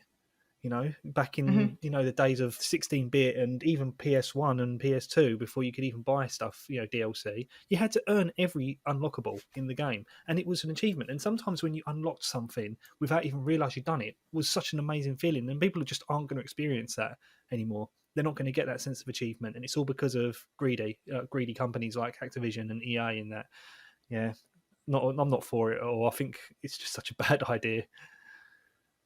Yeah, I remember when Horse Armor in Oblivion was the end of the world. That was the first one. Yeah. Yeah, now it's like looking back on that, it's like, that wasn't too bad. Yeah, like that's fine. That's how most people would wish microtransactions and stuff like that be now. Cosmetics are fine. And if for example, like, if that was the only way you could earn something, like for example, we were talking about Fallout 76 earlier and, buying different panels for your base and stuff. If I could earn that in the game, I would. But as far as I'm aware, there's no way of earning it. And if it's just cosmetics, it doesn't have an effect in the game. I don't know whether or not the Battle Pass allows you to get really high level gear. I don't know if it unlocks high level gear or anything, which it shouldn't. but I forgot where I was going with this. I forgot my point. My point is that if it's cosmetics only, it's okay, and if you can't unlock that within the game, then okay, it's fine to probably sell it, because that's the only way you're going to get it, and obviously not at an inflated price. You know, if it's something like, I must admit, I think the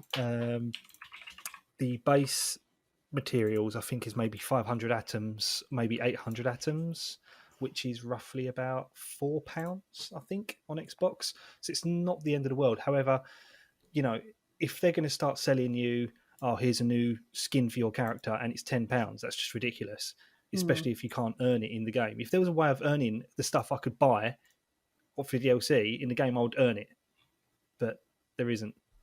And I just don't like the idea of shortcutting your way to it.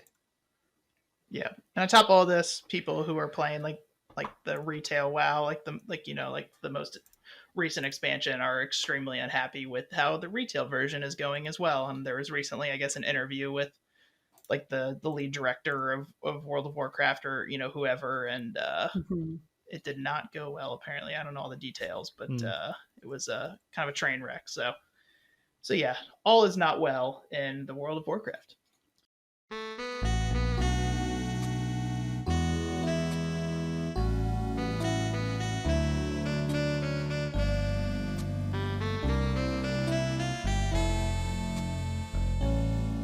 Let's move on from news and get into our main topic for today. So we are going to each go around and talk about some of our favorite characters in video games. So Liam, do you wanna get us started? Oh, I knew you were going to say that. It's such 50-50 shot.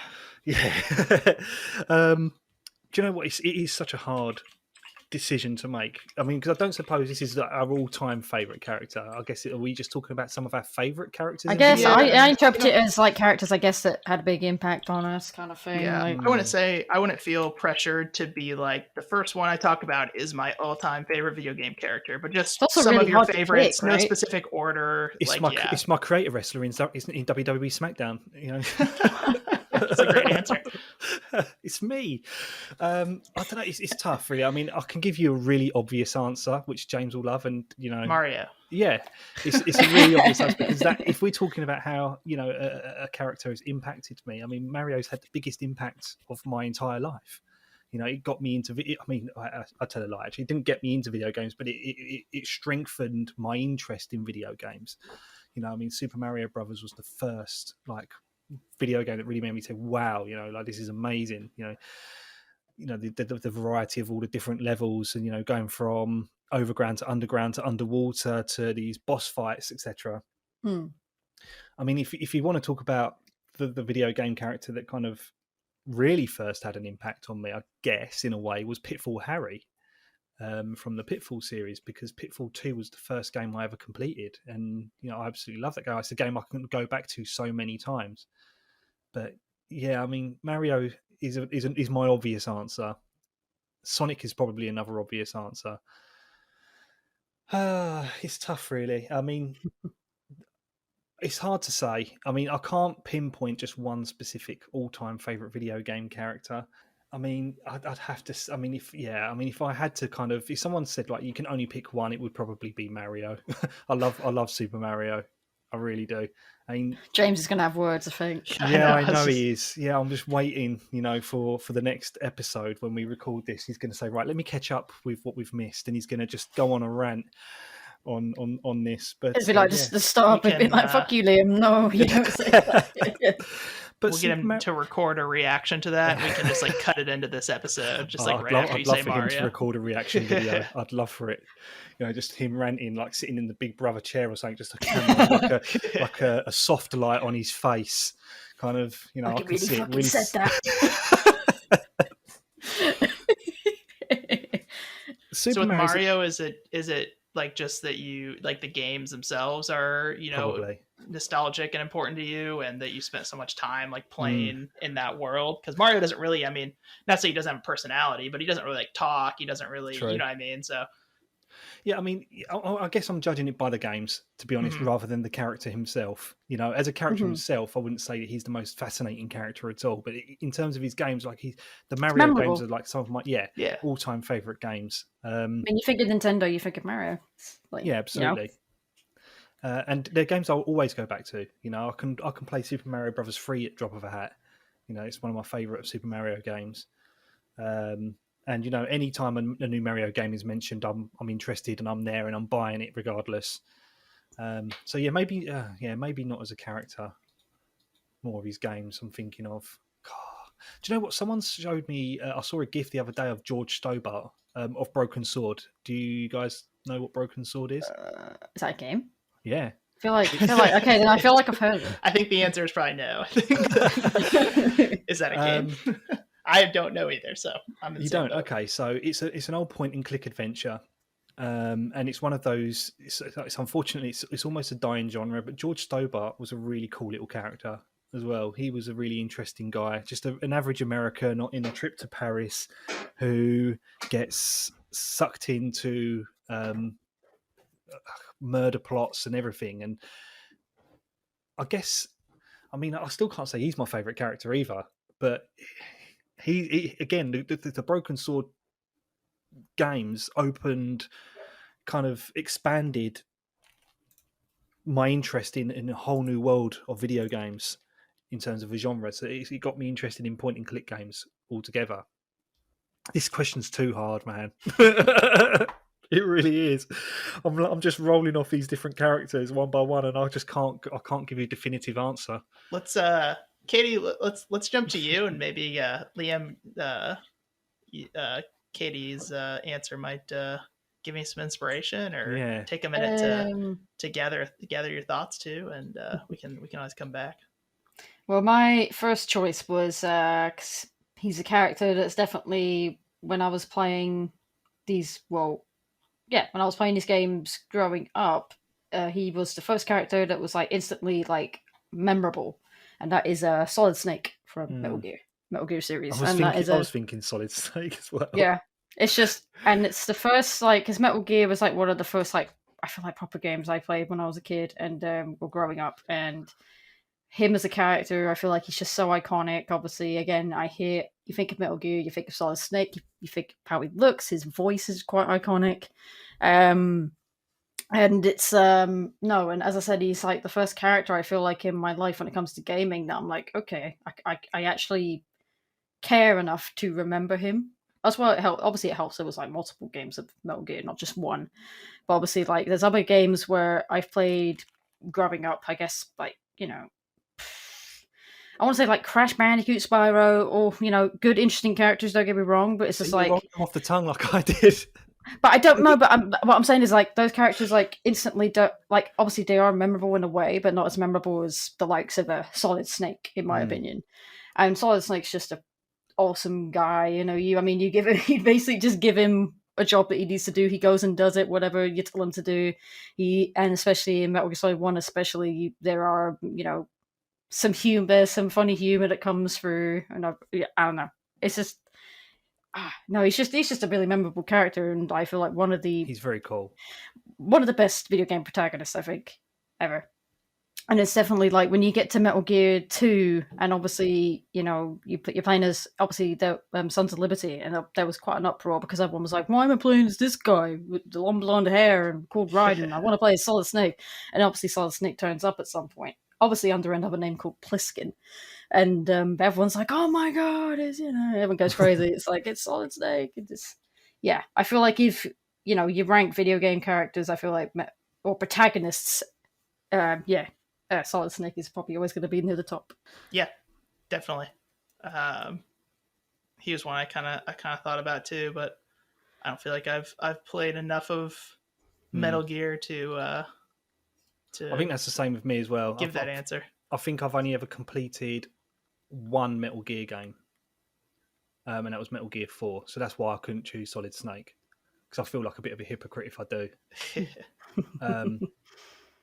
I've got two. Let's hear him. Okay, so one of them is one that I guess is kind of obvious to me that I've got so much memorabilia that I guess he probably is my favourite character, and that's Sonic the Hedgehog. Because I've got Sonic everything. I've got like a Sonic Funko Pop. I've got a Sonic teddy bear that I've had since I was about 6 years old that I just will not throw away. I've got other Sonic memorabilia. My chair is a Sonic blue. My car we named Sonic because he's blue. Because the car is blue. And I guess Sonic the Hedgehog is one of those games. I think one of those characters. I think when a new game comes out, regardless of whether he's had like some really poor games in the past, it's still something I will play regardless because it's Sonic the Hedgehog. And, you know, even the film, whether or not, you know, it was going to be poor, I was always going to see it because it's Sonic the Hedgehog. And I think that's definitely, that's definitely a character, you know, especially iconic as he is, you got to get right. Yeah, without a doubt. And from what I've heard, they did. So. Oh, have you not seen the film? I haven't. Yeah, it is good. It's obviously it's always going to come down to personal opinion, but for me as a Sonic fan, I really think that they did that right and they did that well. And you know, Ben Schwartz, who did the voice of Sonic the Hedgehog, did a fantastic job. I mean, I must admit, I've only ever known him as the chap from, I want to say Parks. No, was he in Parks and Recreation? Oh yeah, he's from Parks and Rec. He plays the guy that owns like the club, and he's friends with. That's it. I can't remember his name. Steve Carell?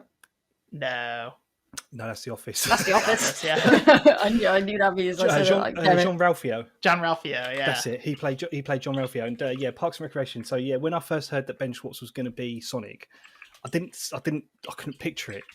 And then when I heard him, I was like, actually, yeah, he's brilliant. He's perfect. Actually, he's got the right attitude, and yeah, I love Sonic the Hedgehog games. And I think Sonic the Hedgehog's always one. He's really, for me, he's like a. You know, he's a hedgehog with attitude. He's cool. He's edgy and well, I mean, he was.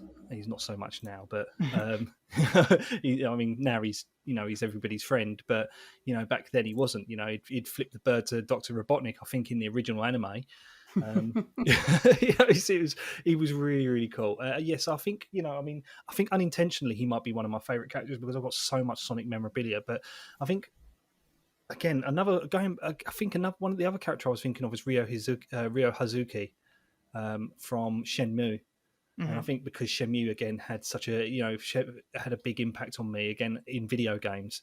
And I think the character is really cool. You know, he's got a sad backstory, and his story, you know, the story is all about revenge, and you kind of really feel for him and how he kind of almost disconnects from his family and friends and isolates himself in order to seek revenge for his father's death. And I think Ryo Hazuki is, for me, I really want to see an end to his story, which we haven't got yet. And he's one of those people that, I really want to see have a happy ending. And I don't think we'll ever see it. So maybe I'd say, I think if I narrowed it down, I'd like to say Sonic the Hedgehog, Ryo Hazuki, are probably my two favorite video game characters. Both Sega. It's a theme there. Yeah. I don't know whether people would find those are too interesting. I mean, definitely not Sonic, but maybe Ryo Hazuki might be an interesting choice for a lot, maybe unexpected. It's a tough question though, because there are so many video game characters I have connection, like I feel like I connected to in some way, like have not like a bond with, because if you can't have a bond with them, but do you know what I mean? Like you have like a, I don't know, like you feel connected to them in a way that they have. Yeah. Mm-hmm. Well, I will talk about two as well then. It is tough. I feel like I had like a long list that I was like, well, I can kind of narrow this down or like pick kind of two random people, but now I'm like, which ones do I want to? It's a lot harder than it seems. Yeah. I mean, there's so many like great video game characters that I feel like are, you know, like could talk about Joel from The Last of Us or Ellie or Abby, or talk about Kratos from, you know, the 2018 God of War. Even Lara Croft and, you know, stuff like that. Yeah. You know? Or like, Arthur Morgan, John Marston, like kind of some more recent games, like characters that are just like fantastic voice acting along with like, you know, just really well written.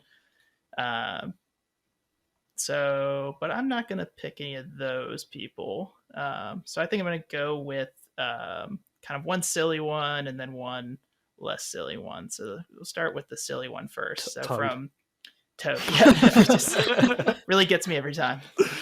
I don't mean to cut you high off. pitch. His high Have pitch. you ever seen the YouTube videos like Toad sings Africa by Toto or Oh something? God, yes. I have to look at it though. I mean, to be fair, I feel like you don't even need to look it up. You can just imagine Toad's voice. Honestly, it's funny. Yeah, give it a look if you want to laugh. Sorry, Evan. No, you're fine. We'll go with from the Elder Scrolls, Sheogorath. Yes. So that's a really great character. So if anybody's not familiar, he's in Morrowind, Oblivion, and Skyrim. And Oblivion, he's got his own DLC. Yeah, I was gonna say, but Oblivion, and specifically like the Shivering Isles DLC, is really where he, I think he shines the most. But he's the Daedric Prince of Madness, if I remember correctly, is what his title is. Yeah. And in the Shivering Isles, there's a whole DLC. The Shivering Isles is the DLC for Oblivion, where you go into his world essentially. So it's him, and then the who's the girl that it controls the other half, the Princess of Mania, I think is what it is. I can't remember. See, I can only remember Sheogorath because he's such a memorable character from that DLC. He's essentially just this like kooky, like just nuts. I mean, he's the Prince of Madness, so if that gives you some idea, and he just like spouts like these nonsensical like rhymes and like riddles, and like he's just always like he has a weird fascination for cheese. Yeah, he's obsessed with cheese and like cheese wheels, and like just like every like minute of that DLC is just so great in general, which I think helps. But then like every interaction you have with him, which you spend a huge chunk of the DLC obviously kind of centers around him. So spend a lot of time with him, and he's also got the best named weapon, I think, as well. The Wabbajack. Wabbajack. Yeah, I remember that now. The Wabbajack. So yeah, I mean, it's so memorable. I mean, he's like, when I think of Oblivion, like it's like immediately like that's usually the first thing that pops into my head is like the Shivering Isles and that character. So I feel like he's one that will like always stick with me. And I always like, when Skyrim came out, I remember like being really excited, like, oh, I hope there's like something with him in here. I hope they do like another like a DLC with him. And then he ended up there. He kind of has his own little quest line that you can find him, and that's pretty. I don't think it's as good as like his character in Oblivion, but it was still. I mean, it was funny. It was pretty entertaining. He's got his own like Funko Pop. I think that's coming out as well. Oh, does he really? I think Funko announced today that they were doing some more gaming pops and stuff, and I think he's one of them, and it's really good. Yeah. So yeah, I mean, I really like him. Oh, actually, looking at his wiki here, he was originally in Daggerfall, was the first one he was in. So he goes all the way back to pre Todd Howard. I also love the voice actor as well, because the voice actor, obviously, Elder Scrolls like to reuse voice actors a lot, and obviously the voice actor is the same guy that voices the guards in Oblivion. So people don't always really? like. I don't think I ever knew that. Yeah, the people that are just like, stop! You're violating the law, all that sort of people. It's the same voice actor. Yeah, he did a better job with Sheogorath. I think. Yeah, definitely put a little more personality into it. But yeah, so that's kind of. I mean, he's just funny. Like I'll always enjoy that, and it's almost worth just going back and playing through that DLC every once in a while just to get to talk to him again and hear all his like crazy voice lines, and kind of like you said, like the voice actor is great, so they're so well delivered too. Like, I think it's a character that could have ended up not panning out very well, but it was written well and like voice acted well, and it could have been annoying, but it ended up being like the adoring fan. Let's go. Yeah, exactly. It's like it could have been one of those people. He could have just been made to push off cliffs. Exactly. Like I hate this guy. He's so annoying. But they kind of rode that line of really obnoxious, but also really funny, and think they nailed it. So, and then the other one, which I feel like I bring up this game every single episode, so I probably need to find some different content to talk about. But from KOTOR 2, Kreia, who is like the well, I don't want to spoil anything in the game, but she's one of your companions from the start of the game. She's really like one of the first companions that you get, and she is. I don't even know where to begin.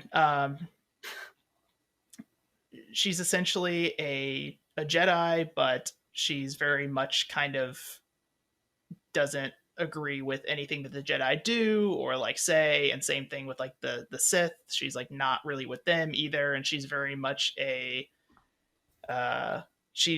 she's kind of like I've talked about this game a lot in the past, like I said, about it kind of really bringing this moral gray area to Star Wars, and everything not just being like you're either a good guy or you're a bad guy, and I don't think she's necessarily a good guy or a bad guy in this, which is what I think. Well, without having, I guess the game's like 20 years old. She's definitely kind of a bad guy.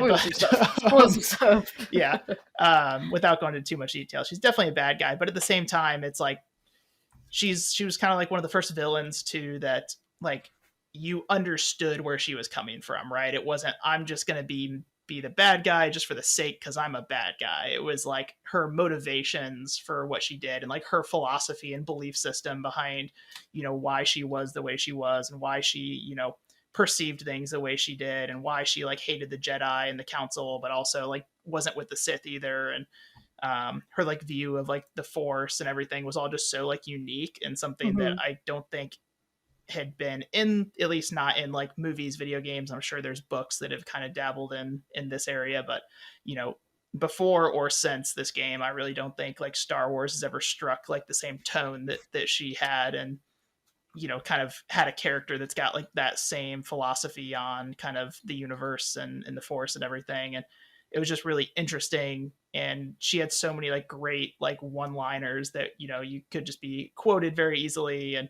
kind of can stand on their own and not necessarily have to apply to like Star Wars or like the Force, but just kind of like general like wisdoms or general just like thoughts on things. And I don't know, I just always really enjoy the character, and again, kind of one of those villains that you get where they're coming from, like you understand their motivation, kind of like a Thanos, if you will, like definitely not a good guy, but like you're like, okay, like his motivation at least is interesting. He's not just like a bad guy for the sake of being a bad guy. Yeah, some really well thought out choices there, to be honest, compared to my two. I guess I'll throw in one of my ones next, and this is actually a second one.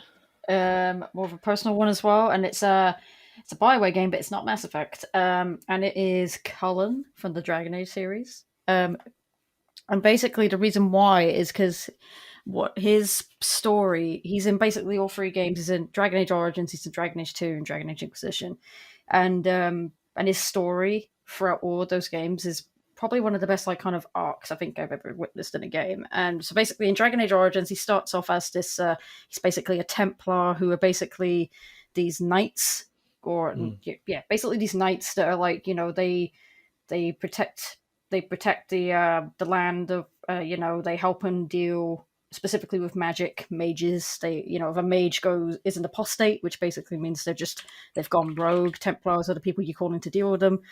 And basically he starts off in Dragon Age as you first encounter him when you're doing the mage quest line, to recruit the mages to the war effort and things like that. And once you get to the tower, basically the tower is under siege by a mage that has gone rogue and is killing everybody. And you encounter Cullen in the tower where he's basically being tortured in like this magical cage. And really he suffers from so much you kind of talk to him and encounter him first in the cage. You can have a decent conversation with him, and like depending on if you're a mage, he will literally go off on like a mad rant at you, like basically all mages need to die because they are horrible people, they're horrible creatures, they shouldn't exist, there should be an annulment on mages, so basically they all must die.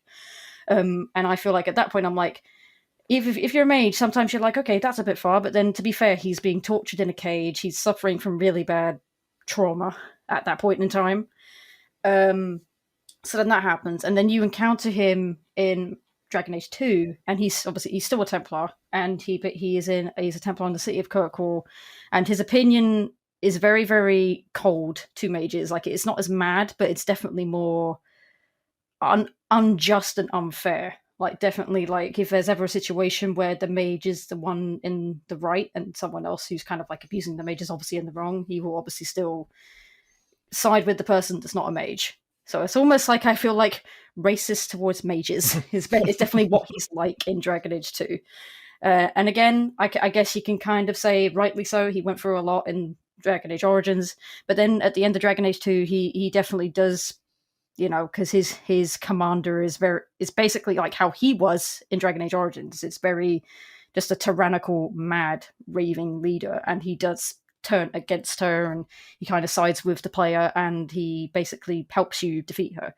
And because he's kind of seen, okay, mages are, some mages can. He had some instances in Dragon Age 2 where mages can be good people, and I think they're not all mad. They're not all terrible people. They don't all do bad things. Some of them do really good things. So he kind of sees the light, I guess, if you will. And then obviously in Dragon Age Inquisition, obviously the main story, obviously in that game, is you're fighting this, basically like this monster who believes they are a god. And obviously there's so much magic surrounding that and blah, blah, blah, blah, blah. But he's basically part of your war council. And he is 100% on your side. He's still very distant towards people, especially mages. But again, just because he's been through so much in his life when it comes to mages, it's very easy to understand. But he's definitely more... he's definitely trying, definitely a lot more to be friends with mages. And what makes it even more of an incredible arc is if you are a mage and you decide to romance him, because obviously in Bioware games you can romance him. If you do decide to romance Colin, it's definitely, and he falls in love with you, blah, blah, blah, and you fall in love with him. And that's definitely where it's more powerful, because obviously he's gone through so much. He went through so much trauma because at the hands of mages and things like that. But yet he still managed to come to love one and put his life in the hands of a mage and come to trust him with everything he had, and basically like that. So I just feel it's a very good arc for just one specific character in the whole series, because he's definitely one of my favorite characters in those games, mainly because of that arc he has, which is just, he wants all mages to die in the beginning, slowly comes to trust them, and then, as I say, I think it's a little bit more impactful if you're a mage and if you romance him rather. But obviously he comes to trust you, and even if you romance him, love you, and put his life into your hands and things like that. So again, that's just credit to BioWare and their really good story writing with certain characters. I was going to say, it's credit to the writers for creating such a character that can have such an impact on you whilst playing the game. And then I guess I'll add in one more, and this kind of goes back to, obviously, Evan's like, I'm not going to pick these characters, but I'm like, I have to pick Kratos from God of War 2018 God of War. For one, he looks brilliant. He sounds amazing. Like, I would love him, forget David Attenborough. I would love Kratos to, read out my autobiography. That lovely dulcet tone, that awesome voice of Christopher Judge. But then also, again, when it comes to like story writing, and you see obviously what he's been through in his life, obviously in the previous God of War games, with when he went on this, can I say spoilers for like the first God of War? Because it's pretty long time ago. The first God of War or God of War 2018? No, the first God of War, like the very, very first one. Yes, I think so. It was like 2005, wasn't it? So obviously, yeah, you can do. I mean, they're the kind of games that I've been trying to play. Like I played the God of War. I'll kind of go around it, but basically, he went through again a lot of trauma in his past life. Like he had a family, he had a wife and a daughter, and obviously, what makes him go on this raving rampage against the Greek gods and kill them all is he was obviously tricked by the God of War. God of War? Was it God of War? Ares? Yep. Yeah, he was tricked obviously by the previous God of War, Ares, into doing his bidding and destroying everybody, destroying like villages, basically plundering villages and all that stuff. And obviously in the midst of all that, he plunders a certain village and he kills his own family and he doesn't even realize it. And obviously at that point he's been betrayed, he's been tricked by the God of War, and obviously that makes him go on this big rampage and he kills all the Greek gods, and it's just like epic storytelling right there just in that. And then you obviously get all the way to 2018 God of War, he's got a child, and it's going on that relationship of like he doesn't quite want to open himself up to his son, like he wants to be seen as like this warrior that's like, I got to teach you how to survive, and all this sort of stuff. And then obviously over the course of the game he does, the daddy Kratos starts to come out, and you do break it, and that shell does that like really hard exterior does break, and you just see a really epic, capable father of capable of defending everybody, his family and everything. But then you also see this more softer side to him, which I think obviously when you think of Kratos back in the original games, you couldn't think of him being a soft character, or having that sort of character development. and things like that. And when you just also hear like the reason like why he's white is because he's like some witch cursed him and basically covered him in the ashes of his dead family. It's like it's really dark, and obviously he's gone through so much, and then to come out the other end basically with a son he loves so much, and they went through so much in God of War 2018. It's just really nice to see that under all that hard exterior there is a really, really, really nice dad. Yeah, it's definitely like, I couldn't think of a character that I like was so indifferent about before the 2018 like soft reboot. Like, I mean, I played the first 3 games and I was like, oh yeah, like they're fine. They're like hack and slash, button masher, like, if they're fun to play, but I never really gave the like Kratos himself like much thought beyond, just that, like a means for basically murdering people. A person who just murders people and goes on a rampage and kills all the gods.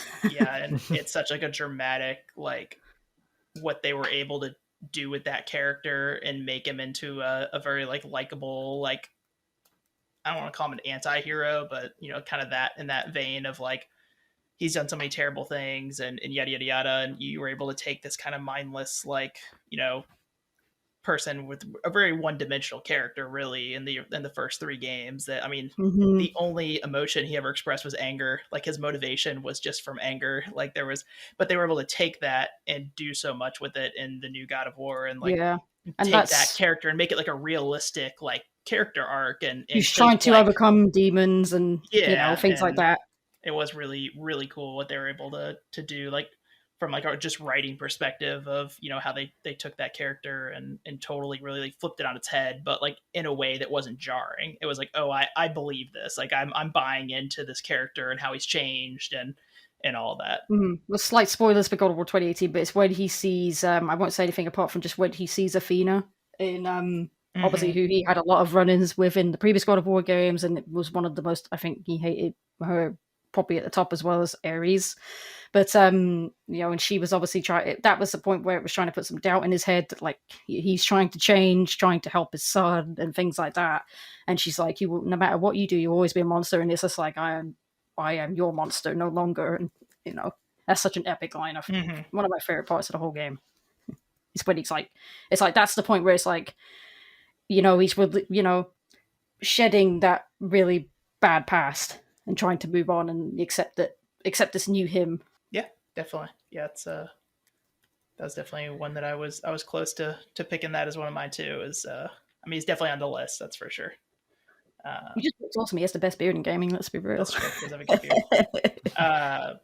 Yeah, and I think just in general, like this kind of topic's kind of cool because it really made me realize, like, if I even thought about like my favorite like just fictional characters of all time, like whether it be from books, television, movies, video games, like there are some just like so great like video game characters that it's like they rival like some of the greatest characters from I think mediums that people consider to be better writing and stuff like that, people who aren't super familiar with like games and stuff like that, where like I would put Kratos or Arthur Morgan or like Ellie like up against like the most beloved like movie characters or book characters of all time, because I do think like they're just that, like there are characters in the gaming world that are that like well written and obviously like the acting and everything as well, especially as we're getting to these games that are all motion capture and like they're able to capture like emotion and expression on characters' faces too, beyond just the writing.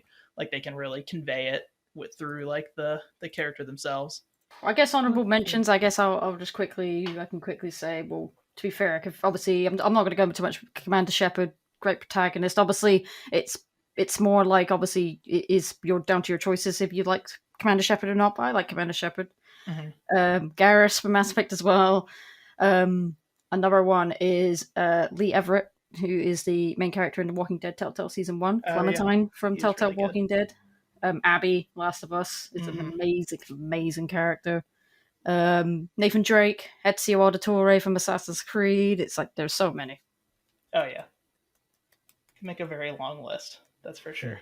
Alrighty, guys. Well, I think that's all we've got for today. Remember, if you guys want to reach out to us and be part of the show or suggest any topics, feel free to tweet at us at XGenPodcast1 on Twitter, or if you want to email us at xgenpod@gmail.com. And remember, you can listen to us on Spotify, Apple Podcast, Google, or YouTube. Thanks everyone for listening, and have a wonderful day. Bye-bye.